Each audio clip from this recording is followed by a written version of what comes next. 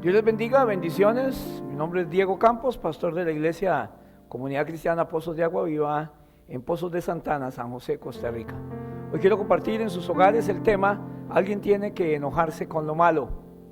Alguien tiene que enojarse con lo malo. Y vamos a basarnos en el libro de 1 Samuel, capítulo 17, verso 8 en adelante. Dice así la palabra de Dios, 1 Samuel 17, del 8 en adelante: y se paró y dio voces a los escuadrones de Israel, diciéndoles: ¿para qué os habéis puesto en orden de batalla? ¿No soy yo el filisteo, y vosotros los siervos de Saúl? Escoged de entre vosotros un hombre que venga contra mí, uno solo. Si él pudiera pelear conmigo y me venciere, nosotros seremos vuestros siervos. Y si yo pudiere más que él y lo venciere, vosotros seréis nuestros siervos y nos serviréis. Y añadió el filisteo: hoy he desafiado el campamento de Israel, dadme un hombre que pelee conmigo. Oyendo Saúl y toda Israel esas palabras del filisteo, se turbaron y tuvieron gran miedo. Verso 16: y venía pues aquel filisteo por la mañana y por la tarde, y así lo hizo durante 40 días. Mientras él hablaba con ellos, he aquí que aquel paladín, está hablando de David, que hablaba con sus hermanos. Mientras David hablaba con sus hermanos, he aquí que aquel paladín que se ponía en medio de los dos campamentos, que se llamaba Goliat, el filisteo de Gat, salió de entre las filas de los filisteos y habló las mismas palabras, y las oyó David. Y todos los varones de Israel que veían a aquel hombre, huían de su presencia y tenían gran temor. Y cada uno de los israelitas o los de Israel decía: ¿no habéis visto aquel hombre que ha salido? Él se adelanta para provocar a Israel, y al que le venciere el rey le enriquecerá con grandes riquezas, y le dará a su hija, y le eximirá de tributos a la casa de su padre en Israel. Entonces habló David a los que estaban junto a él, diciendo: ¿qué harán al hombre que venciera a este filisteo y quitare el oprobio de Israel? Porque ¿quién es este filisteo incircunciso para que provoque a los escuadrones del Dios vivientes? Queridos amigos, hermanos y hermanas, yo quiero que veamos hoy que nada va a cambiar en su vida y en su hogar hasta que alguien se canse de lo que está viendo y tome las cosas en serio. Nada cambia hasta que alguien se enoje con lo que está pasando y determine y diga: hasta aquí, ya no va más. No podemos hacer que las circunstancias cambien solo con querer que cambien. No podemos hacer que cambien sabiendo que están mal, pero solamente sabiendo y no haciendo nada. Hay que actuar más agresivamente. Y yo quiero hablarle hoy que alguien tiene que enojarse con lo malo que está pasando. Si algo malo está pasando en su familia, en su matrimonio, en sus finanzas o en su salud, usted debería enojarse con lo malo y decir: esto tiene que cambiar a partir de hoy. Y lo primero que vamos a ver es lo siguiente. Primero, otro amanecer con el problema. Pongan sus notas: otro amanecer con el problema. Todos los días los israelitas tenían una amenaza de los vecinos, los ejércitos filisteos, que hacían salida para la batalla y estaban frente a frente, un ejército frente a otro. Goliat era el paladín filisteo y retaba e infundía gran miedo porque era un hombre que sobrepasaba fácilmente los 3 metros de altura, un hombre armado, un hombre de guerra, y logró turbar y desanimar al ejército israelí. Así que quiero que anote algo por allí. El enemigo está confiando en que nos va a derrotar. El enemigo está confiando en que nos va a derrotar. Todos los días, durante 40 días, Goliat salía a amenazar al ejército de Israel, que le dieran un solo peleador para pelear con él. Si los israelitas vencían a Goliat, o el peleador de Israel vencía a Goliat, los filisteos iban a ser esclavos de Israel. Pero si Goliat vencía al guerrero israelita, eran los israelíes los que iban a ser esclavos de los filisteos. Así que lo primero es: el enemigo está confiando en que nos va a derrotar. Y el diablo, representado en Goliat, y al igual que este y los filisteos, no dan un 5 por nosotros. Para ellos todo se acabó y no hay nada que hacer. Y ellos saben que estamos con miedo y dando todo por perdido. Su estatura asustaba, sus armas eran enormes, nunca vistas, y sobre todo sus amenazas son las peores, y los gritos que pegaba. Y el diablo así lo hace, y estas son amenazas que nos hacen darnos por vencidos antes de enfrentar una batalla. El ambiente alrededor no nos ayuda para nada, y el pronóstico seguramente es muy negativo, y nadie, ni siquiera en nuestra familia, cree en nosotros, no se vislumbra una salida. Nadie creía que David pudiera derrotar a Goliat. Ninguno de los capacitados guerreros de Israel salía a pelear. Saúl, que era el hombre más grande de todo Israel, no salió a pelear contra el filisteo. Lo segundo que quiero que anote es: nosotros estamos desanimados. Cuando el hombre, el enemigo, confía en sus armas y cree que estamos vencidos y nos grita y nos amenaza, nosotros estamos desanimados. Y era lo que estaba sucediendo en el pueblo de Israel. Oímos las amenazas, el ambiente de derrota, y todos alrededor están contagiados de ese ambiente. Cuando estamos desanimados, cuando el enemigo logra desanimarnos, entonces no actuamos, entonces nos conformamos a nuestra suerte y damos todo por perdido. No quiero perderlo, pero ya digo, ya está listo, no puedo enfrentarme al enemigo. El punto es el siguiente: el desánimo provoca en nosotros una conformidad que nos quita incluso las ganas de luchar y las ganas de intentarlo.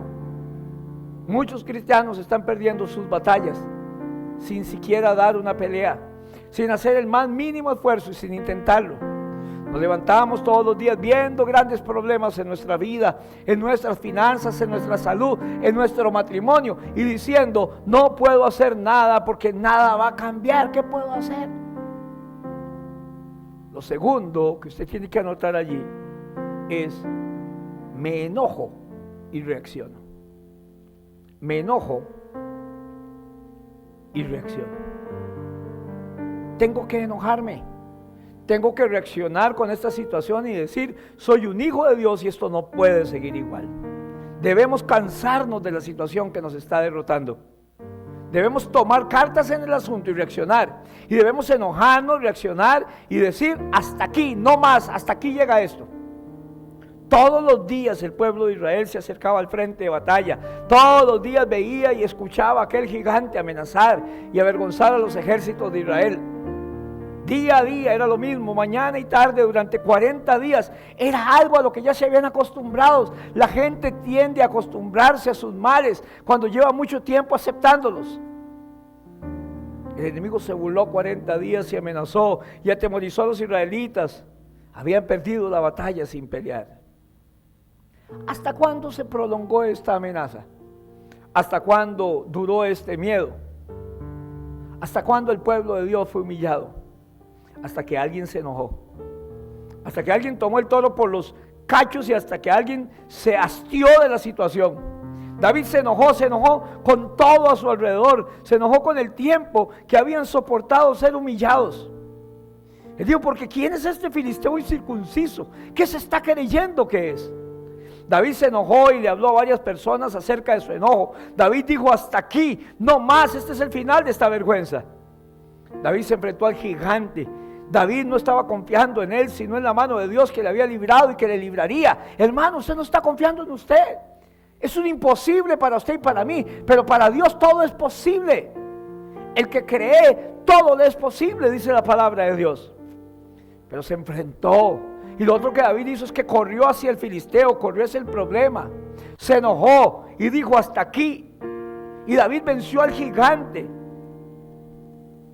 ¿Por qué David venció al gigante? Porque tomó una reacción de enojo contra lo malo. Y lo malo que está pasando en su vida, yo no quiero que te acostumbres a eso, sino que te enojes contra eso y diga: es más poderoso el que está en mí que el que viene contra mí. Ahora, ¿cuáles son tus amenazas?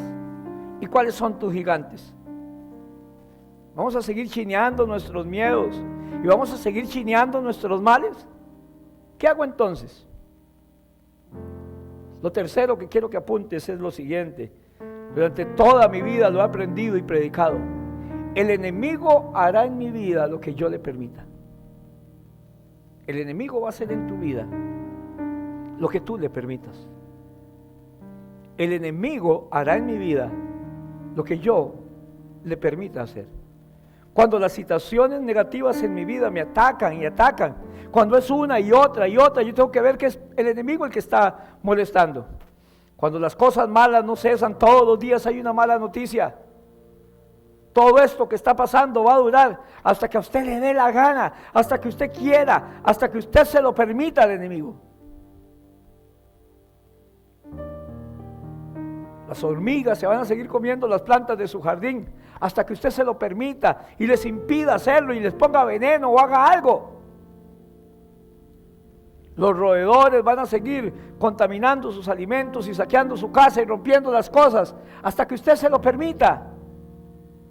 Si en su casa hay ratones y van a seguir rompiendo todo hasta que usted un día se detenga y dice: voy a poner ratoneras, voy a matar esta plaga. A mí me pasó un día y tuve que hacer un alto en el camino y romper con ese ciclo de derrotas. A las hormigas les puse veneno, a los ratones les puse trampas, a mi diabetes la puse en control y un poquito de fuerza de voluntad.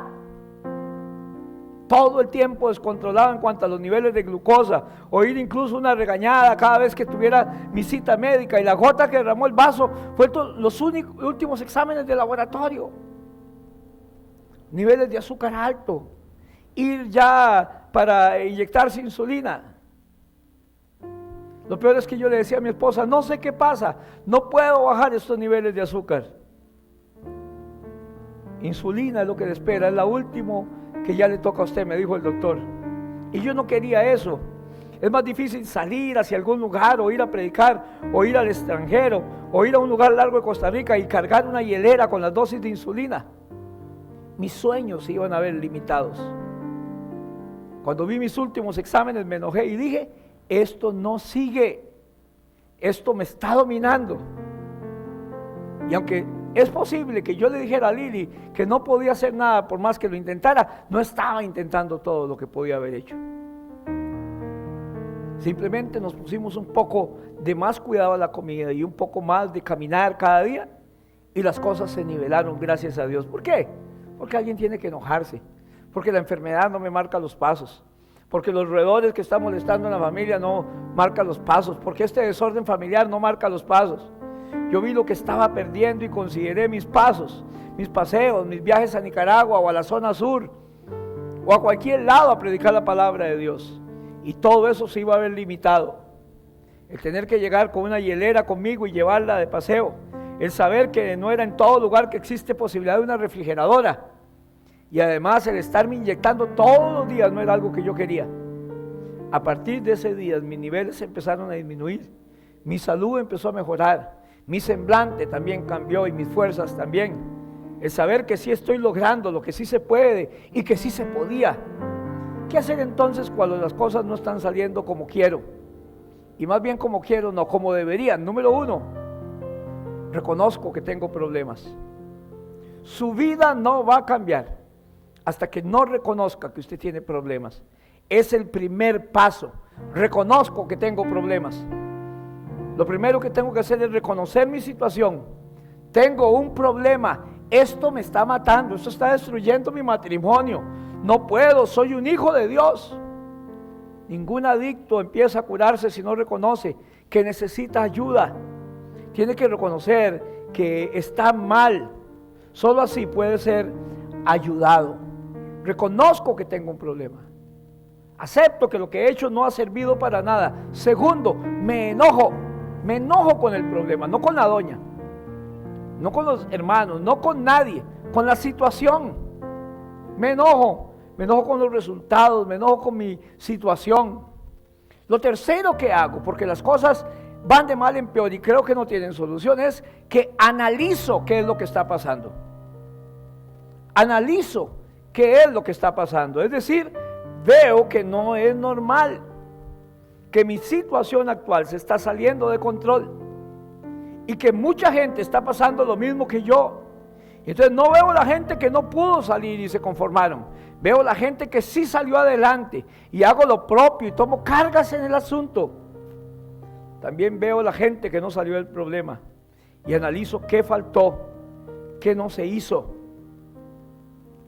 La cuarta cosa que tengo que hacer al enojarme con lo que sucede es: hago un alto en el camino.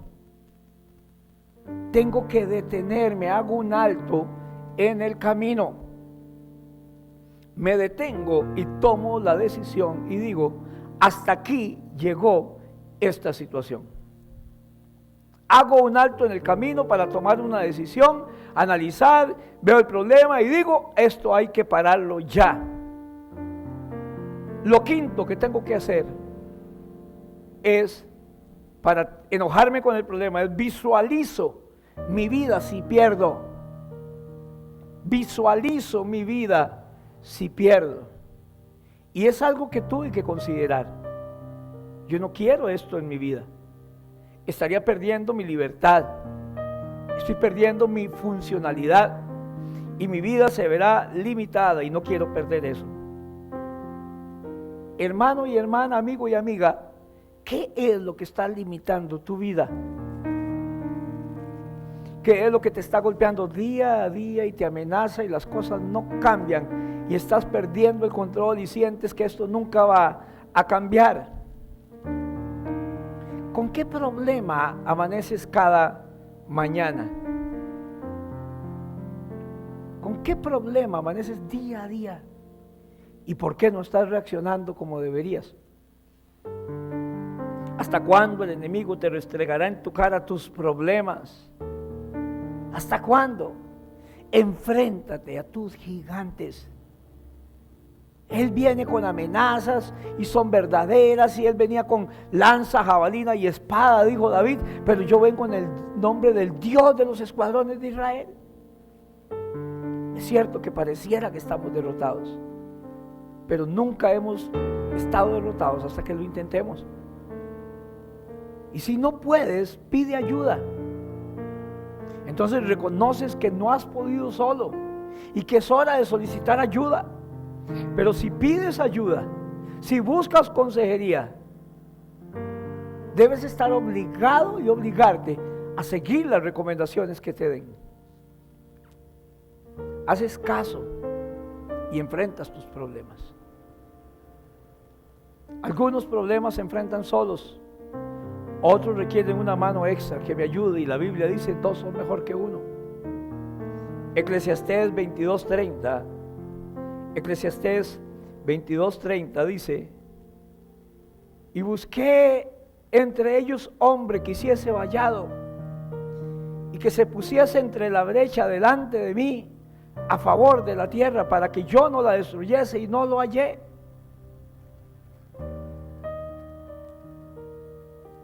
La Biblia, el lenguaje actual, dice: busqué entre ellos alguno que levantara un muro y se pusiera en pie en la brecha delante de mí a favor de la tierra, para que yo no la destruyese, pero no lo hallé. Así que déjame decirte lo siguiente: las cosas no van a cambiar en tu vida hasta que te enojes con lo que te está pasando. El enemigo va a seguir molestando tu vida y tu familia y tus hijos y tu salud y tus finanzas y todo lo tuyo, porque él vino para hurtar, matar y destruir, hasta que pongas un alto en el camino y levantes un muro y un vallado y digas: hasta aquí, no más. Es hora de levantarnos. Los ataques de Goliat terminaron cuando David decidió enfrentar y correr hacia su problema. Tenemos que reconocer que sí es cierto, tal vez este problema es mayor que yo, pero Dios es mayor que cualquier problema. En este momento lo que te recomiendo es: alguien tiene que enojarse con lo que le está pasando. Alguien tiene que enojarse con lo malo. Que Dios te bendiga.